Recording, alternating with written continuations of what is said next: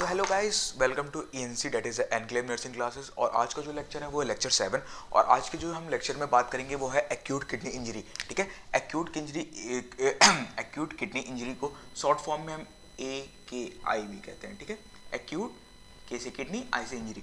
तो acute kidney injury नाम से पता चल रहा है कि हमारी किडनी में क्या हो गया, इंजरी हो गई है। ठीक है, किडनी में क्या हो गया, इंजरी। अब इसका हम डेफिनेशन के बारे में बात करते हैं कि हम इसका डेफिनेशन कैसे कैसे करते हैं।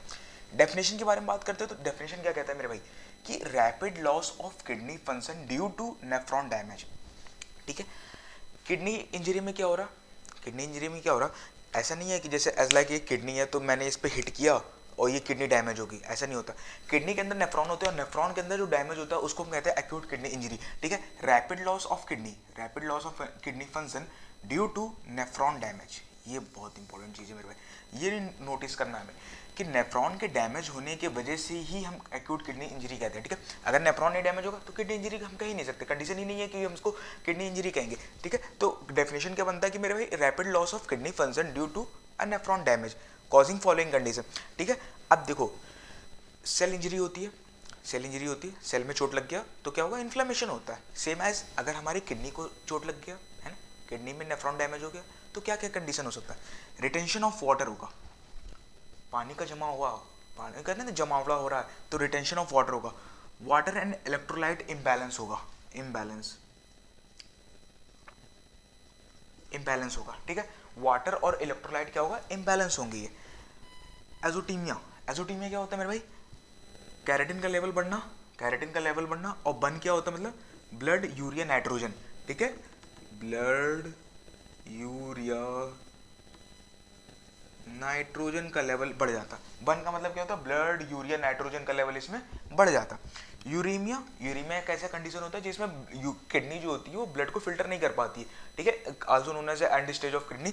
तो इसमें जो होती है ब्लड फिल्टर नहीं हो पाता, ब्लड फिल्टर नहीं हो पाता। ठीक है, नहीं हो पाता। यूरेमिया कैसे कंडीशन होता है जिसमें ब्लड फिल्टर नहीं हो पाता। तो सिंपल से हम फंडे की बात करते हैं तो भाई AKI मेरे भाई AKI क्या होता है बताना मुझे। देखिए AKI जो होता है ना, rapid loss of kidney function होता है ड्यू टू नेफ्रॉन के डैमेज की वजह से। नेफ्रॉन डैमेज हो गया, AKI होगा, सिंपल सा फंडा है। कुछ कंडीशंस के बारे में बात करते हैं, कुछ ऐसे ऐसे कंडीशन होते हैं जिसकी वजह से एक्यूट किडनी इंजरी हमें मिलता है। तो सबसे पहले रिटेंशन ऑफ वाटर, भाई पानी का जमावड़ा होगा, किडनी काम नहीं करेगी तो पानी का जमावड़ा तो होगा ही, जिसकी वजह से हमें एडिमा भी मिलता है। साइन सिम्टम्स की बात करते हैं तो आगे चल के हमें एडिमा भी मिलता है हमें। ठीक है, वाटर एंड इलेक्ट्रोलाइट का इम्बैलेंस होगा। एजोटोमिया होगा जिसमें बर्न मतलब ब्लड यूरिन नाइट्रोजन का जो लेवल होगा वो एक्सक्रीट हो जाएगा, बढ़ जाएगा ऊपर। कैरेटिन का जो लेवल है वो भी बढ़ जाएगा। ठीक है, उसके बाद यूरेमिया देखने को मिलेगा। अब हम इसके साइन एंड सिम्टम्स की बात करते हैं। ठीक है, साइन एंड सिम्टम्स में बात करते हैं तो सबसे पहले एनोरेक्सिया होता है। ठीक है, फिर उसके बाद पल्मोनरी एडिमा। थोड़ा सा दिमाग लगाओ, मैंने क्या बोला था, पल्मोनरी एडिमा क्यों हो रहा है, ये पल्मोनरी एडिमा क्यों हो रहा है, क्योंकि यहाँ पे रिटेंशन ऑफ वाटर हो रहा, पानी का जमावड़ा होगा तो क्या होगा, एडिमा होगा, सिंपल सा फंडा। फिर उसके बाद हाइपरकैलेमिया, मेटाबॉलिक एसिडोसिस होगा, हाइपरकैलेमिया होगा एज वेल एज उसके अंदर मेटाबॉलिक एसिडोसिस होगा। क्वेश्चन आता है कई बार कि हाइपरकैलेमिया होगा या हाइपोकैलेमिया होगा। याद रखना हमें as a team member of ENC enclave nursing classes के आप टीम मेंबर हो, आपको हमेशा याद रखना है कि जब भी एक्यूट किडनी इंजरी होगी हमेशा हाइपरकैलेमिया होगा, ना कि हाइपोकैलेमिया होगा। Okay, thank you. तो अब हम बात करते हैं डेफिनेशन के बारे में। ठीक है, इससे पहले मैंने आपको डेफिनेशन बताया है, लेकिन वो जो डेफिनेशन है वो है बुकिश लैंग्वेज का। ठीक है, मैंने बुक से उठाया, यहाँ लिखा, आपको एक्सप्लेन कर दिया, तो वो एक तरीके से लगता है यार ये बुकिश लैंग्वेज है, ये क्राइटेरिया चलता आ रहा है, तो यहाँ पे आपको वो क्राइटेरिया नहीं मिलेगा। ठीक है, इसी के लिए प्लेटफॉर्म का नाम है ENC एनक्लेव नर्सिंग क्लासेस।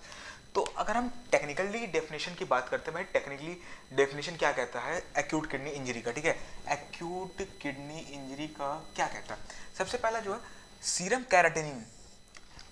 कैरेटिनिन जो है वो इंक्रीज होगा मोर बाई 15%, बाई 50% बढ़ जाएगा उसका production, rise in next 7 days. ठीक है, अगर मान लो किसी पेशेंट को एक्यूट किडनी इंजरी है, ठीक है, तो उसका जो सीरम कैरेटिनिन का जो लेवल है वो नॉर्मल लेवल से 50% बढ़ जाएगा।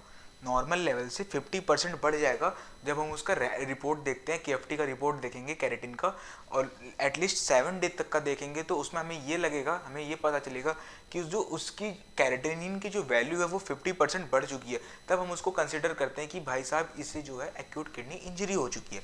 ठीक है, अगर हम नॉर्मली पर डे के हिसाब से बात करें या पर आवर 24 या 48 आवर के हिसाब से बात करते हैं, तो जो कैरेटिनिन होता है वो 0.3 mg/dl के हिसाब से नेक्स्ट 48 आवर में बढ़ जाएगा। ठीक है, अगर हम विद इन पेशेंट आया हमारे पास एकदम से एडमिट हो गया, तो हम उसका 2 दिन का KFT की रिपोर्ट देखते हैं, तो KFT में हमें पता चलता है कि जो नॉर्मल लेवल है, नॉर्मल लेवल से जो कैरेटिन का जो लेवल है वो 0.3% बढ़ चुका है नेक्स्ट 48 आवर। ठीक है, दूसरा कंडीशन हो गया। तीसरा होता है ऑल्गीयूरिया। ऑल्गीयूरिया तो हमें सबको पता है नॉर्मल टाइम में, भाई फर्स्ट सेम में हमने पढ़ा था। तो ऑल्गीयूरिया में क्या होता है कि less than 400 ml per day urine output होता है फॉर मोर देन 4 आवर। ठीक है, अगर इन तीनों में से भाई साहब इन तीनों में से कोई एक कंडीशन में मिल रहा है, इन तीनों में से कोई एक कंडीशन में मिल रहा है, तब हम उसे कहते हैं एक्यूट किडनी इंजरी। ठीक है, acute kidney injury if it follow only हटा के any one of the condition. ठीक है, only one of the condition, इन तीनों में से कोई एक अगर कंडीशन को फॉलो कर रहे हैं हम, तो उसे हम कह सकते हैं कि ये एक्यूट किडनी इंजरी को के अंदर आता है। ठीक है, तो अब हम बात करते हैं stages of acute kidney injury के बारे में। ठीक है, स्टेजेस की बात करते हैं तो स्टेज जो होता है वो 3 स्टेजेस होते हैं, और फेजेस जो होते हैं वो अलग होते हैं। पिछली बार ABMU के पेपर में पूछा गया था एक्सप्लेन द फेजेस और a stage of acute kidney injury. Stage या फेज के एक क्वेश्चन आया था, स्टेज के रिकॉर्डिंग या फेज के रिकॉर्डिंग एक क्वेश्चन आया हुआ था। ठीक है, तो हम बात करते हैं स्टेजेस के बारे में। स्टेज जो होता है वो 3 स्टेज होते हैं मेनली। अब हम स्टेज को पढ़ने से पहले हमें ये पता होना चाहिए मेरे भाई कि नॉर्मल जो कैरेटिन का जो लेवल होता है हमारे बॉडी में वो कितना होता है। तो फॉर ए मेल्स के लिए बात करते हैं, अगर हम मेल्स की बात करते हैं 0.6 से 1.2 mg/dl होता है। ठीक है, फॉर मेल्स। फीमेल्स के लिए 0.5 से 1.1 mg/dl होता है। ठीक है, फॉर फीमेल्स। ठीक है, ये फीमेल्स का हो गया, ये मेल्स का हो गया। तो मेल्स में कितना है 0.6 से 1.2, फीमेल्स में एक नंबर कम करना है। ठीक है, अब हम बात करते हैं स्टेजेस। तो इसमें 3 स्टेजेस होते हैं, जिसमें फर्स्ट स्टेज में क्या होता है कि जो सीरम कैरेटिनिन जो होता है वो 1.5 से 1.9 टाइम्स इंक्रीज हो जाता है। ठीक है, 1.5 से 1.9 टाइम्स इंक्रीज हो जाता है नॉर्मल लेवल से। ठीक है, यूरिन का जो आउटपुट है वो 0.5 ml पर kg पर आवर के हिसाब से इंक्रीज हो जाता है। ठीक है, ड्यूरेशन इसका कितना होता है 6 आवर, 6 घंटे तक ये दिखता है। स्टेज 2 की बात करते हैं मेरे भाई, तो स्टेज 2 में जो कैरेटिनिन का जो लेवल होता है वो होता है 2.0 से 2.9 टाइम्स इंक्रीज हो जाता है। 2.0 से 2.9 टाइम इंक्रीज हो जाता है।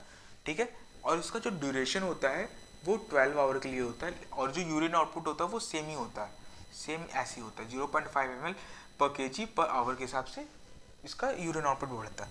अब हम स्टेज 3 की बात करते हैं। स्टेज 3 जो होता है वो बहुत ही क्रिटिकल कंडीशन होता है मेरे भाई। स्टेज 3 में 3.0 टाइम्स कैरेटिनिन का जो लेवल होता है वो इंक्रीज हो जाता है। अब तुम थोड़ा सा दिमाग लगाओ, हमारे बॉडी में कैरेटिनिन का जो लेवल है वो 3 है, नॉर्मल कितना होता है 1 होता है या 1 से भी लेस होता है, 3 आ गया, किडनी का क्या हालत होगा, नेफ्रॉन कितने डैमेज होंगे खुद सोचो। उसका जो यूरिन आउटपुट होगा वो 0.3 ml पर kg पर आवर के हिसाब से होगा, मतलब ये यूरिन नहीं करेगा पेशेंट, ओलिगोयूरिया में जाएगा। ड्यूरेशन इसका कंसिडर नहीं कर सकते। तो ये जो स्टेजेस है, ये जो मैंने टेबल बनाया ये सॉन्डर्स की बुक में आपको मिल जाएगा। ठीक है, ये जो आपको टेबल बनाया है ये सॉन्डर्स की बुक में मिल जाएगा, सॉन्डर्स की बुक में मिल जाएगा आपको मेनली। तो स्टेजेस की बात करते हैं, फटाक से रिवीजन करते हैं। तो स्टेजेस मेरे पास 3 स्टेजेस होते हैं, फर्स्ट सेकंड थर्ड। फर्स्ट में क्या होता है 1.5 से 1.9 बढ़ता है, स्टेज 2 में 2.0 से 2.9, स्टेज 3 में मोर देन 3। ठीक है, सिंपल सा फंडा था। तो अभी तक हमने पढ़ लिया था इसके फेजेस, स्टेजेस पढ़ लिए थे। अब स्टेजेस के बाद हम पढ़ेंगे इसके कॉजेस। ठीक है, एक्यूट इंजरी के क्या क्या कॉजेस होते हैं। मेनली जो कॉमन कॉजेस देखे गए हैं, फिर क्रिटिकल कॉजेस भी बताऊंगा। कॉमन कॉजेज जो देखे गए हैं वो चलते हैं स्टॉप से। स्टॉप एक टाइप का निमोनिक है। ठीक है, इजी आपको रिवीजन हो जाए। तो स्टॉप क्या कहते हैं मेरे भाई, स्टॉप का मतलब हो गया STOP। ठीक है, इस S का मतलब हो गया सेप्सिस और शॉक, T का मतलब हो गया टॉक्सिन, O का ऑब्स्ट्रक्शन हो जाता, और P का हो जाता पैरेनकाइमल कॉजेज। ठीक है, सबसे पहले हम बात करते हैं एस। एस का मतलब क्या होगा? सेप्सिस या फिर शॉक। कोई सेप्सिस हो गया या फिर कोई शॉक हो गया जिसके वजह से हमारा एक्यूट किडनी इंजरी हो रहा है।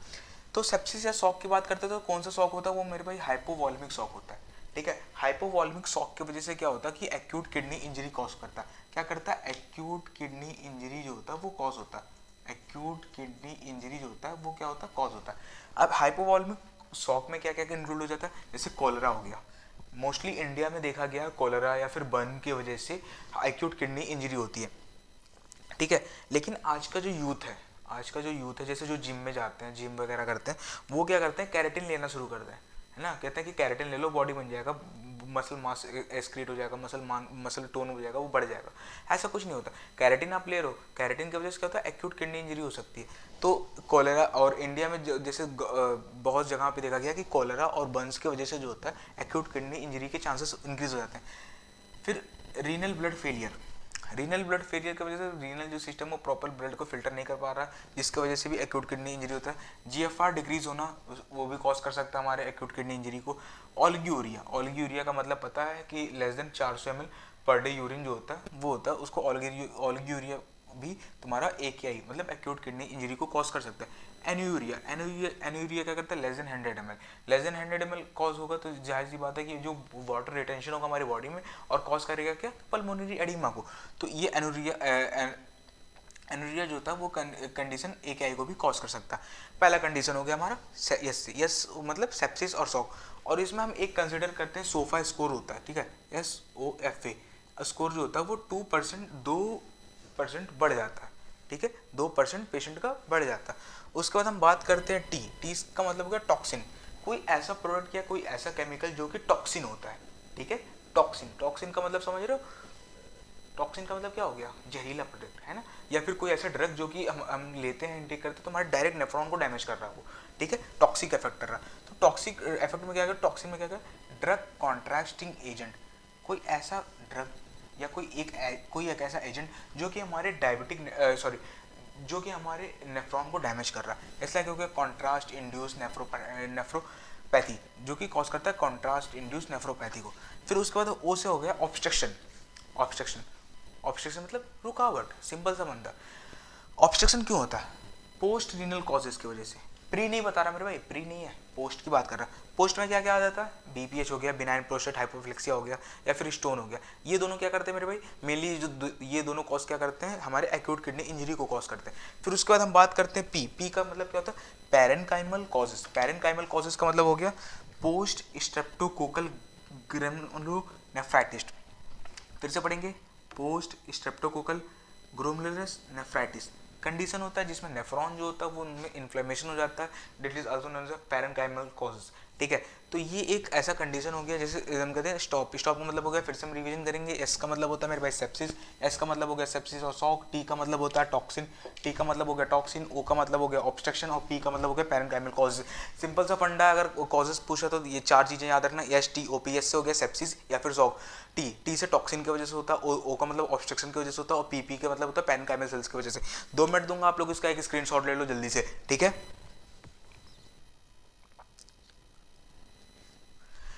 और फिर हम उसके बाद बात करते हैं कि सोफा का मतलब क्या होता है। मतलब मैंने बताया था ना सोफा का स्कोर 2% बढ़ जाता है। तो सोफा जो होता है एक असेसमेंट करने वाला सोफा क्या होता है, ठीक है। सोफा एक असेसमेंट स्कोर होता है, sequential organ failure assessment score, ठीक है। हम बात करते हैं sequential organ failure score. Sofa की बात करते हैं तो sequential organ failure assessment score कितना पड़ जाता है? एक्यूट किडनी इंजरी में मेरे भाई 2% बढ़ जाता है ये, ठीक है। Sequential organ failure assessment score एक असेसमेंट है जिसमें सोफा की जो वैल्यू होती है 2% बढ़ जाती है, ठीक है। तो अब हम बात करते हैं फेजेस के बारे में। हमने बात कर लिया था क्या? कॉजेस के पहले हमने बात कर लिया था स्टेजेस। अब हम बात करेंगे फेज। कितने फेज होते हैं, ठीक है। एक्यूट किडनी इंजरी में कितने फेज होते हैं? अब उस फेजेस के बारे बात करने से पहले हमें ये पता होना चाहिए कि एक्यूट फेजेस में क्या क्या होता है। निमोनिक क्या है? AHKUD कुडनी, AH कुडनी निमोनिक है ये, ठीक है। AH किडनी एक निमोनिक है। सबसे पहले क्या होता है, ए में क्या है, AHKUDNE, क्या हो रहा है, AHKUDNE, ठीक है। हम सबसे पहले बात करते हैं क्या होगा, ए में क्या होगा, एसिडोसिस एंड मेटाबॉलिक एक्ट में क्या होगा, चेंजेस होगा। एच का मतलब हाइपरटेंशन होगा, हाइपरटेंशन भी होगा, GFR का जो वैल्यू है वो डिक्रीज होगा, रास सिस्टम एक्टिवेट होगा, और एज वेल एज रेनिन जो है, रेनिन का जो लेवल है वो बढ़ जाएगा। के मतलब पोटेशियम, पोटेशियम एक्सेस हो जाएगा। यू से यूरेमिया हो गया, यूरेमिया होगा तो क्या होगा, सिंपल सा फंडा मैंने पहले भी बताया, यूरेमिया का मतलब हो गया तुम्हारा कि ब्लड जो किडनी जो है वो ब्लड को प्रॉपरली फिल्टर नहीं कर पाती है। डी से डिक्रीज यूरिन आउटपुट, डिक्रीज हो जाएगा यूरिन आउटपुट। एन से हो जाएगा सोडियम जो होता है वो डिक्रीज होगा, जिसमें डाइल्यूट हाइपोनेट्रीमिया हो सकता है। एक्स और ई से जो ई जो होता है वो लास्ट है बट नॉट द लीस्ट। ई का मतलब हो गया एडिमा। एडिमा क्यों होता है, तो प्रोटल उसकी वजह से वाटर का फ्लूइड का एक्युमुलेशन होने लगता है बॉडी में, जिसकी वजह से एडिमा होता है। फेजेस की बात करते हैं तो फेजेस मेरे भाई 4 फेजेस होते हैं, ठीक है। 4 फेजेस होते हैं। सबसे पहले इनिशियल फेज होता है, ओलिगोयूरिया फेज होता है, डायूरेटिक फेज होता है और रिकवरी फेज होता है। 4 फेजेस होते हैं, फिर से हम रिपीट करेंगे, initiation phase, oliguria phase, diuretic phase और रिकवरी फेज। 4 फेजेस होते हैं। 4 फेजेस अब हम पार्ट बाय पार्ट हम पढ़ेंगे, ठीक है। ठीक है, अब हम फेजेस की बात करेंगे। इससे पहले मैंने बात कर ली थी, एक निमोनिक दिया था जिसमें था एक ही किडनी। अब हम फेजेस की बात करते हैं। फेजेस में क्या क्या चलता है, 4 फेजेस होते हैं। सबसे पहला जो फेज होता है उसको कहते हैं initiation phase, initiation, oliguric phase, diuretic phase and recovery phase, ठीक है। तो सबसे पहला जो फेज है उसको कहते हैं इनिशिएशन फेज। इनिशिएशन फेज में क्या होता है, इनिशिएशन का मतलब क्या होगा, नाम से पता चल रहा, starting phase as like start. Initiation में क्या होता है, ट्रिगर्स बाय इंजरी। हमारी जो किडनी है वो किसी ना किसी एक इंजरी के थ्रू या किसी ना किसी एक स्टिमुलाई के थ्रू हमारी जो किडनी है वो ट्रिगर होती है। अब ट्रिगर कैसे हो सकती है, कौन मेथड हो सकता है, लाइक छोटी सी इंजरी होगी, या फिर हमने अपने डाइट में कैरेटिनिन जो है वो बढ़ा लिया, या फिर कोई ट्रॉमा हो गया, ट्रॉमेस्टिक इंजरी हो गई, तो वो उस लीड करती है, क्या ट्रिगर करती है हमारी किडनी इंजरी को। इसमें जो इसके अंदर जो होता है blood flow decreases to the kidney. अब जैसे ही इंजरी होगा क्या होगा, किडनी के पास जो ब्लड फ्लो हो रहा वो डिक्रीज हो जाएगा। और ये कब से कब तक होता है, फ्यू आवर से कुछ दिन तक, ठीक है, कुछ घंटे से कुछ डेज के लिए, ठीक है, फ्यू आवर से फ्यू डेज के लिए। और रिकवरी इसमें इजीली हो जाता है। इनिशियल फेज जो होता है बहुत ही जल्दी रिकवर हो जाता है, पहला पॉइंट। दूसरा पॉइंट जो होता है कुछ डेज से कुछ आवर से कुछ डेज तक ही रहता है। ब्लड फ्लो जो होता है इसमें कम हो जाता है, और ट्रिगर जो होता है बाय इंजरी जो होती है, ये कोई ना कोई मेथड होता है जिसके थ्रू ये इंजरी ट्रिगर होती है। दूसरी बात करते हैं ओलिगोयूरिक फेज। क्या कौन सा, ओलिगोयूरिक फेज। ओलिगोयूरिक फेज को हम एनोरिक फेज भी कहते हैं। ओलिगोयूरिक में क्या होता है, ओलिगोयूरिया नाम से याद आ रहा, ओलिगोयूरिया का मतलब क्या होता है कि यूरिन का जो आउटपुट है वो लेस देन 400 ml हो गया, less than 400 ml per day और स्टॉप। इवन तो कोई कंडीशन में कोई पेशेंट आता है वो कहता है कि भाई साहब मुझे यूरिन नहीं पास हो रहा, ठीक है, तो हम उसको ओलिगोयूरिया भी नहीं कह सकते, उसके लिए अलग ही कंडीशन होता है। लेकिन ओलिगोयूरिया में less than 400 ml per day decrease by 400 ml per day urine होता है। इलेक्ट्रोलाइट इम्बैलेंस हो गया। देखो 400 ml पेशेंट जो होता है अगर नॉर्मली 1000 से 1200 ml यूरिन पास कर रहा हो और एक दिन उसको ओलिगोयूरिया हो रहा है और वो 400 ml यूरिन डिक्रीज करेगा, तो उसको क्या होगा, इलेक्ट्रोलाइट इम्बैलेंस होगा। और इलेक्ट्रोलाइट इम्बैलेंस होगा तो क्या होगा, सिंपल सा दिमाग लगाओ, एबीजी में भी डिस्टर्बेंस हो सकता है। Lead up to 1 to 2 weeks. कब से कब तक रहता है, 1 से 2 हफ्ते तक ये रह सकता है। और इसमें क्या होता है, कैरेटिनिन का लेवल जो होता है ओलिगोयूरिक फेज में बढ़ जाता है, ठीक है। अब कैरेटिनिन का लेवल बढ़ेगा तो क्या होगा, एडिमा भी होगा। कैरेटिनिन का लेवल बढ़ता है तो क्या होता है, एडिमा भी होता है, ठीक है। उसके बाद हम बात करते हैं डायूरेटिक फेज की। डायूरेटिक फेज का मतलब क्या होगा, kidney begins to recover, urine output increases. तीसरे फेज में क्या होता है, किडनी जो होती है वो रिकवर मोड पे आ जाती है, ठीक है। किडनी जो होती है वो रिकवरी मोड पे आ जाती है, यूरिन आउटपुट जो होता है वो बढ़ जाता है। Fluid and electrolyte occurs. Proper fluid और इलेक्ट्रोलाइट वो धीरे धीरे बैलेंस होने लगते हैं। फ्यू डेज टू कुछ वीक, कुछ डेज से कुछ हफ्ते में ये सही हो जाता है। लेकिन इसमें एक ऐसा भी कंडीशन होता है, सोडियम का लेवल डिक्रीज रहता है और हाइपोकैलेमिया होता है। कैलेमिया मतलब कैल्शियम का जो लेवल होता है वो डिक्रीज हो जाता है। तो दो कंडीशन में हमें क्या मिलता है कि sodium as well as potassium, इन दोनों का लेवल अभी भी कम रहता है। कैरेटिनिन जो होता है वो रुक जाता है, नॉर्मली स्टॉप हो जाता है, इंक्रीज नहीं होता। फिर उसके बाद हम बात करते हैं recovery phase. Recovery phase is the largest मतलब आखिरी फेज होता है किसका, हमारे एक्यूट किडनी इंजरी का।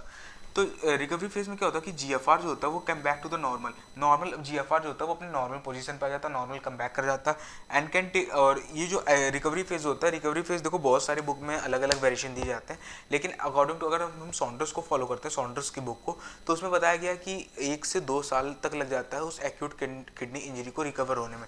लेकिन ये जो टाइम पीरियड होता है वो मोस्ट फास्टर होता है किसमें, चिल्ड्रंस में। अगर एक छोटा बच्चा उसको अगर एक्यूट किडनी इंजरी होती है तो वो उसका चांस ज़्यादा है रिकवर होने का एज कम्पेयर टू अडल्ट।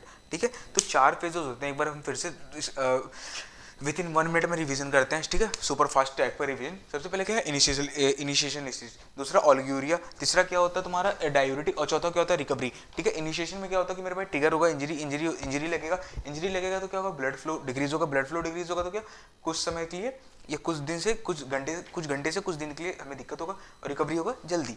ओलिगोरिया क्या है, दिमाग लगाओ थोड़ा सा, 400 ml नीचे गिरेगा, इलेक्ट्रोलाइट इंबैलेंस होगा तो एवीजी भी दिक्कत होगा, और 1 से 2 हफ्ते का रहता है, कैरेटिन का लेवल बढ़ेगा तो एडिमा होगा। ठीक है, डायरोटिक की बात करते हैं। डायरोटिक में किडनी जो होता है वो बिगिन करता है क्या, प्रोड्यूस करने लगता है मेरे भाई, यूरिन आउटपुट बढ़ा देता है, फ्लूइड इलेक्ट्रोलाइट प्रॉपर हो जाता है, लेकिन सोडियम और पोटेशियम दोनों गिरे रहते हैं और कैरेटिन रुक जाता है। ठीक है, रिकवरी फेज में क्या होता है, जीएफआर की जो वैल्यू रहती है वो नॉर्मल हो जाती है और 1 से 2 साल लग जाता है उसको रिकवर होने में, लेकिन चिल्ड्रंस में क्या होता है, फास्टर होता है। थोड़ा सा दिमाग लो, सिंपल सा फंडा, 4 फेज होते हैं।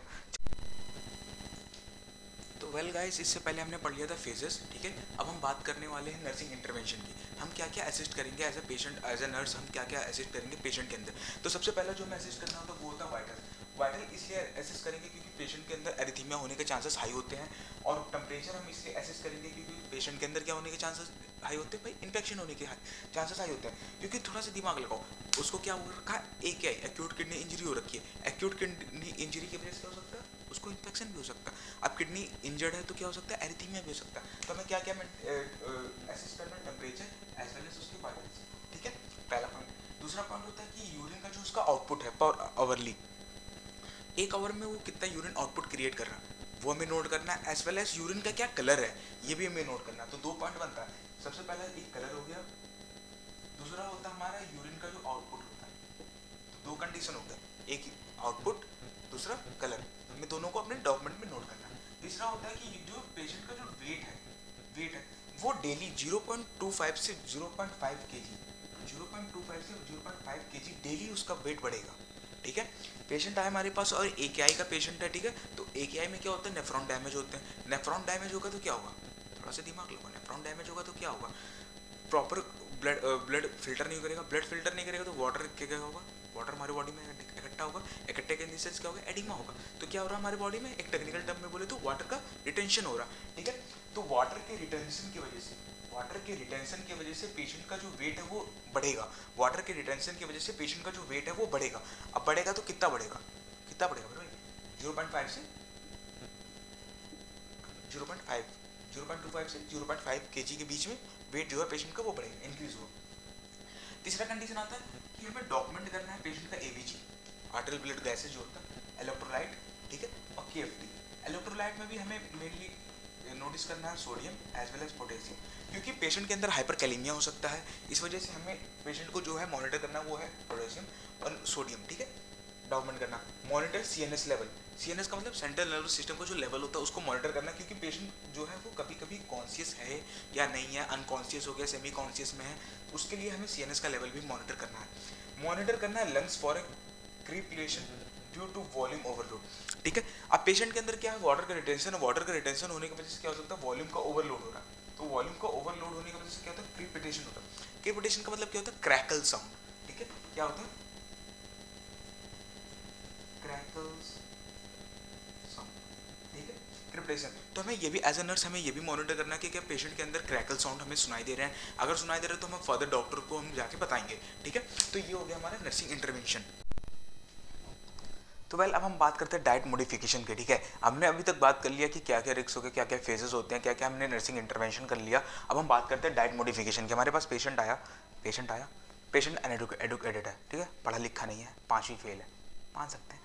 तो डाइट मॉडिफिकेशन, पेशेंट हमसे पूछ रहा है सर अभी मुझे बताओ मुझे क्या क्या खाना क्या क्या नहीं खाना, मुझे पता नहीं है। तो हम इस पेशेंट को बताएंगे कि तुम्हें क्या क्या खाना क्या क्या नहीं खाना है, ऐसा डाइट मॉडिफिकेशन हम बताएंगे। ठीक है, तो सबसे पहले जो डाइट मॉडिफिकेशन होता है उसमें हम बताएंगे पेशेंट को कि जो तुम कार्ब्स ले रहे हो कार्बोहाइड्रेट है ना, कार्ब्स मतलब हो गया कार्बोहाइड्रेट। तो कार्ब्स जो है वो 60% हमें बढ़ाना है पेशेंट के अंदर। 60% मतलब जो वो डेली खाना खा रहा है उसमें जितने भी कार्ब्स हैं उसका डबल करना है। 60% हमें डेली डाइट में बढ़ाना है कार्ब्स को, पहला पॉइंट हो गया। दूसरा पॉइंट होता है क्या कि iron and folic acid for anaemia and calcium and vitamin D on recovery. ठीक है, हमें पेशेंट से ये भी बताना है कि आयरन एंड फॉलिक एसिड जो है क्या है, आयरन एंड फॉलिक एसिड, अगर पेशेंट को एनीमिया हो रखा है तो आयरन एंड फॉलिक एसिड की सप्लीमेंट्री देंगे। और अगर पेशेंट अगर रिकवरी मोड पे है, रिकवरी मोड कौन से फेज में होता है बताओ, ओलिगोरिया फेज हो गया या इनिशिएशन या फिर रिकवरी फेज होता है। तो अगर पेशेंट रिकवरी फेज में है तो उसको calcium as well as vitamin D की कैप्सूल देते हैं। ठीक है, देते कि नहीं, ये हो गया। तीसरा होता है कि जो प्रोटीन है, प्रोटीन 0.6 से 0.8 ग्राम पर केजी के हिसाब से देते हैं पेशेंट को। अगर पेशेंट, इसमें दो कंडीशन होता है, ठीक है, यहाँ पे दो कंडीशन क्रिएट हो रहा। सबसे पहला जो कंडीशन है वो है अगर प्रोटीन, अगर जो प्रोटीन दे रहे हैं वो 0.6 से 0.8 ग्राम पर केजी दे रहे हैं, अगर पेशेंट डायलिसिस पे नहीं है। ठीक है, अगर पेशेंट डायलिसिस पे नहीं है तो उसको हम 0.6 से 0.8 ग्राम पर केजी देते हैं। अगर पेशेंट डायलिसिस पे है, अगर पेशेंट डायलिसिस पे है तो 1.2 से 1.5 ग्राम देते हैं। दो कंडीशन होता है, कौन सा, सबसे पहला डायलिसिस पे नहीं है, सबसे पहला कंडीशन क्या है, नो डायलिसिस, डायलिसिस पे नहीं है, याद रखना, डायलिसिस पे नहीं है अभी तो 0.6 से 0.8, नो डायलिसिस मतलब 0.6 से 0.8। अगर पेशेंट डायलिसिस पे है तो 1.5 से 1.2 से 1.5। डायलिसिस पे प्रोटीन का इंटेक बढ़ाना है, डायलिसिस हो रहा है, जैसे मेरा डायलिसिस हो रहा है, मुझे क्या है, प्रोटीन का इंटेक बढ़ाना है। डायलिसिस नहीं हो रहा है तो प्रोटीन का इंटेक नॉर्मली रखना है 0.6 से 0.8। अब हमें पेशेंट को अवॉइड क्या करना है, पेशेंट को अवॉइड क्या करना है, भाई तुम्हें ये नहीं खाना। ठीक है, आया हमारे पास एक बुढ़ा, एक अंकल आए, ठीक है, वो बुढ़ा था या ओल्ड एज पर्सन था, तो वो हमसे बोला कि सर मुझे बता दो मुझे क्या नहीं खाना। सबसे पहले हमें बताना क्या क्या नहीं खाना, high sodium, potassium and phosphorus. ठीक है, हमें ये पेशेंट को बताना है कि हाई सोडियम डाइट नहीं लेना है, नमक वाले ज़्यादा, जैसे सॉल्टेड चीज़ होगा या फिर कुछ चटपटा चीज़ नहीं खाना, ज़्यादा सॉल्टेड नहीं खाना। उसके बाद पोटेशियम, हाई पोटेशियम वाला एज लाइक बनाना हो गया है ना, कोकोनट वाटर हो गया, तो वो सब नहीं लेना। पोटेशियम का मतलब हो गया कि हाई पोटेशियम वाले डाइट जो होते हैं, पोटेशियम रिच डाइट, वो नहीं लेना। एक्सेस प्रोटीन भी नहीं लेना। पेशेंट से हमें ये भी बताना है कि तुम्हें एक्सेस प्रोटीन नहीं लेना है। Excess protein can lead to heavy load on a kidney. ठीक है, एक्सेस प्रोटीन लेंगे तो किडनी को हैवी लोड, किडनी पे हैवी लोड लगेगा, किडनी उसे फिल्टर नहीं कर सकती, किडनी फिल्टर नहीं करेगी तो एक्सेस बॉडी में रिटेंशन होगा, वाटर का रिटेंशन होगा, तो क्या होगा, पेशेंट का वेट बढ़ेगा और एडिमा होने का भी चांसेस हो सकता है। तो मान लीजिए डाइट। ठीक है, अब हम बात करते हैं पेशेंट को क्या क्या हीमोडायलिसिस देंगे, हीमोडायलिसिस के लिए क्या क्या इंडिकेशंस होते हैं। ठीक है, सबसे पहला जो इंडिकेशन होता है वो होता है यूरेमिक पेरिकार्डाइटिस। पेरिकार्डाइटिस, आइटिस का मतलब होता है इन्फ्लेमेशन, तो uraemic pericarditis is a first condition, ये प्रायोरिटी देते हैं जब पेशेंट अगर हीमोडायलिसिस के लिए आता है। दूसरा होता है यूरेमिक एंसिलोपैथी। ठीक है, एंसिलोपैथी दूसरा कंडीशन होता है। तीसरा होता है वॉल्यूम का ओवरलोड होना, पेशेंट के अंदर जब बॉडी के अंदर वॉल्यूम का ओवरलोड होता है तो हम उसको प्रेफर करते हैं कि आप जाके हीमोडायलिसिस करवा लीजिए, पहला कंडीशन हो गया। दूसरा होता है एंसिलोपैथी, एंसिलोपैथी में क्या होता है, किडनी जो होता है उसमें कोई ना कोई प्रॉब्लम हो जाता है। तीसरा हो जाता है पेरिकार्डाइटिस, पेरिकार्डाइटिस के लिए भी हम हीमोडायलिसिस का भी प्रीफर कर देते हैं, इंडिकेशन होता है, एक साइन होता है। ठीक है, उसके बाद हम बात करते हैं नेफ्रोटिक ड्रग्स। कौन कौन से ड्रग्स होते हैं जो कि हमारे नेफ्रॉन्स को डैमेज करने के लिए बहुत ज़्यादा पॉजिटिव फैक्टर्स होते हैं। ठीक है, कौन कौन से ड्रग्स होते हैं, सबसे पहला होता है एंटीबायोटिक्स। हम जितनी भी एंटीबायोटिक्स खाते हैं मेनली सबसे ज़्यादा एंटीबायोटिक्स जो होते हैं हमारे पेन, हमारे नेफ्रॉन्स को लीड करते हैं डैमेज करने में, सबसे पहला पॉइंट हो गया। दूसरा पॉइंट होता है अमीनोग्लाइकोसाइडेज का कुछ दो चार ड्रग्स के नाम बताइए आप मुझे। सबसे पहला क्या होता है, जेंटामाइसिन हो गया, टेट्रामाइसिन हो गया, सीन वाले ड्रग्स जो होते हैं, ये जितने भी हैं ये सब अमीनोग्लाइकोसाइडेज वाले ड्रग्स होते हैं। ठीक है, फिर उसके बाद एम्फ्यूट्राइनेस जो होते हैं ये भी दिक्कत, ये भी हमें क्या करते हैं आगे चल के कॉज कर सकते हैं नेफ्रोटिक सिंड्रोम में। एंटी कैंसर वाले ड्रग्स बहुत ज़्यादा वो होते हैं, लीड करते हैं हमारे सेल्स को भी डैमेज करते हैं इस वजह से नेफ्रॉन को भी डैमेज कर देते हैं। एनएसाइड का मतलब फुल फॉर्म क्या होता है बताओ, 2 मिनट को जरा सोच के बताओ, एनएसाइड का फुल फॉर्म क्या होता है, non steroid anti inflammatory drugs जो कि लीड करता है हमारे नेफ्रोटिक सिंड्रोम को। फिर पेन किलर, हमें एज अ नर्सिंग प्रायोरिटी हमें याद रखना है सबसे इंपॉर्टेंट चीज़ कि पेन किलर पेशेंट को नहीं देना है। कुछ भी हो जाए पेन किलर नहीं देना, क्योंकि पेन किलर जो होता है डायरेक्ट इफेक्ट करता है हमारी किडनी पे, और किडनी के किस पार्ट पे इफेक्ट करता है, नेफ्रॉन के पार्ट पे। AKI का पेशेंट है, एक्यूट किडनी इंजरी का पेशेंट है, उसका नेफ्रॉन पहले से डैमेज है, हम उसको पेन किलर देके और उसका नेफ्रॉन डैमेज नहीं करेंगे, ठीक है। तो दिस इज द लास्ट, खत्म होता है AKI, एक्यूट किडनी इंजरी। आपको अगर फर्दर कोई भी डाउट हो तो आप कमेंट सेक्शन में मुझे बता सकते हो। बाकी जो इसके नोट्स वोट्स हैं वो मैं डिस्क्रिप्शन में दे दूंगा। Do like, subscribe and share, subscribe, ठीक है। आप सब्सक्राइब करोगे थोड़ा हमारा हौसला बढ़ता है, बाकी तो ठीक है। कोई भी प्रॉब्लम हो नो वरी, कमेंट आप कमेंट में पूछ सकते हो। Thank you.